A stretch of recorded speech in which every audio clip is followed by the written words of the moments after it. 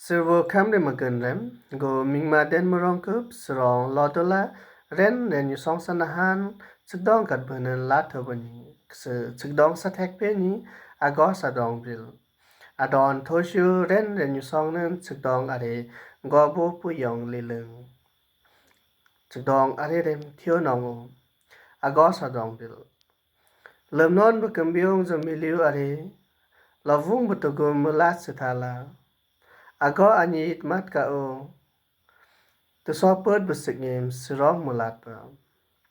King chumka syupi tonipu lukan syu hunpu tunun la deu mayen tu chot serong do ago anyit sa tenbo le hof fokat secek acer depka. Segdem ka gen rem ago juk mekhen semnong sade gen rem rit mekhen mong mer ke si thombo mong bong la Gun yung la nong shu sunong adum zo. Tu dosa amo betecer demion bu. Hos seba ago dong wam go. Asir sa adon ka ago muhun o. Kembiong tugre zo mikme dosa hun set mo. Kevi kat asom chomvung te siuri yuka juket ka.